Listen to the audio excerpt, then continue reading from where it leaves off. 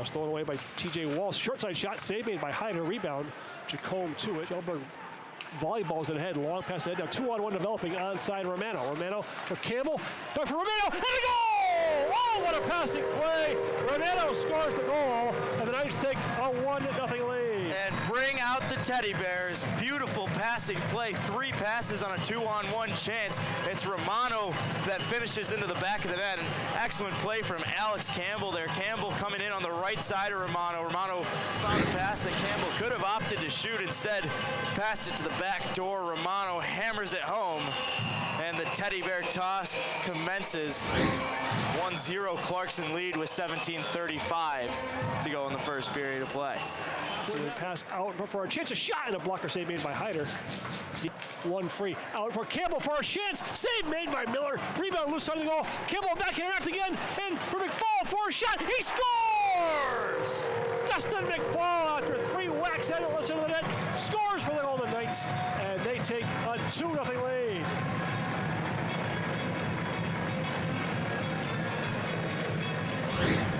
Great work below the goal line there, as you thought the goal would have gone in for Campbell. It's the first goal of the season for Dustin McFall. The Knights have scored their second of the period.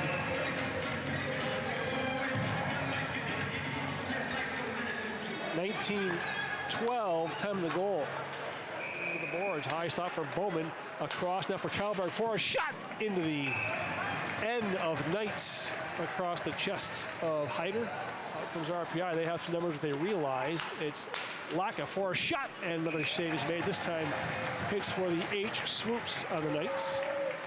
Across Ethan Hyder. Hurley now played behind him. Dubinsky pass over front row. What a save made on Seller on a great pass by Dubinsky. What would have been Romano's second. Tommy passing it at the net. Passing looks for a wrap. Pass across the goal mouth. Kellen there. Loose puck. It's knocked in, and it's a goal! It's Santurno. Passing it creates the chance. They dig away in front, and Luke Santurno on the weak left side knocks it in. It's 3-0 Golden Knights. Santurno with 2 goals last night continues the success. Callan was the first with a shot at it, and is actually set up by passing it right off the face-off. Comes with the wraparound. Miller makes the initial save, then Callan had a shot at it. It was blocked down, but again, RPI unable to clear it out, just loosened the crease. Santurno finally the one, after everyone poked and prodded at it, who was able to get it into the back of the net. Luke Santurno, for him, it's going to be his 7th of the season. 3rd of the weekend as well by the Knights. Power, and the Knights have numbers. Sekos out of the zone, joined by Alex Campbell, 2-on-2. Sekos moves in front. Sekos holds, pass across, and a goal! A short-handed marker. Sekos creates it.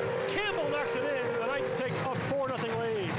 And you might not have even known, if you tuned in just before that RPI was on the power play with numbers up ice, short-handed. Sekos does a great job to set that one up as he moves to his forehand, breaks through about 3 defenders, and then turns and finds Alex Campbell on the backside. Campbell with practically an empty net goal there, and with 1:19 left on the power play in just over 4 minutes, it's 4-0 Clarkson. For Tor Linden back up top now for Mashi. Mashi a shot, and a pad save made by Hyder. He is PI. Campbell has it. Backhands it back to the left point for Jordan Power. Power on the backhand, looks in front, it redirects, loose puck, a chance, and a goal! It's going to be Goslin. He finally gets a goal after having been in a bunch of chances in the first frame. It's now 5-0 Golden Knights in the lead. We talked about it in the intermission report that Matthew Goslin might have been due after probably 5 or 6 chances where the puck just hopped over his stick, and there it is. And what a better chance, teed up right in front of the crease. The puck just floating there. Goslin comes storming in to power it home to the back of the net, and it's a 5-0 Golden Knights lead. Jordan do it, the 3rd career shutout and 3rd of the year for Ethan Hyder. And the Knights put up 5 goals, 13 on the weekend. They beat RPI 5-0, followed up from an 8-2 victory last night and a home weekend sweep. That's Clarkson's 6th league win. They're 11-7-4 on the campaign. Thanks, Bob. Down alongside Coach Mike Towns. Coach, you guys finish off the weekend, and what a better way to do it than 5 more goals. You guys had the offense going as well. Walk us through the change from what we saw in New Hampshire, a bit of a slow start. Of course, you were missing a few players, but being able to come out tonight and really completely flip the switch. Yeah. Our week leading up to the UNH week, we didn't have a good week of practice. We were missing guys, and no excuse, but it wasn't a good week. This week, we had a tremendous week of practice. Our guys were really focused. They worked really hard, and that led us right into a great weekend of hockey. Hides gets his 3rd shutout of the season, and able to come back after a few tough games. And then last night, Moose played very well as well. So talk about the confidence and being able to put either of them in and know that you're going to have a good game. Really happy for Moose. Obviously, it's his first start and first win. And then Hayes was great tonight with the shutout. So I think we have depth at all positions, and goaltending's no different. Now looking forward to next week. Another rematch against Harvard. You guys had a big win here. We talked about it earlier on our broadcast.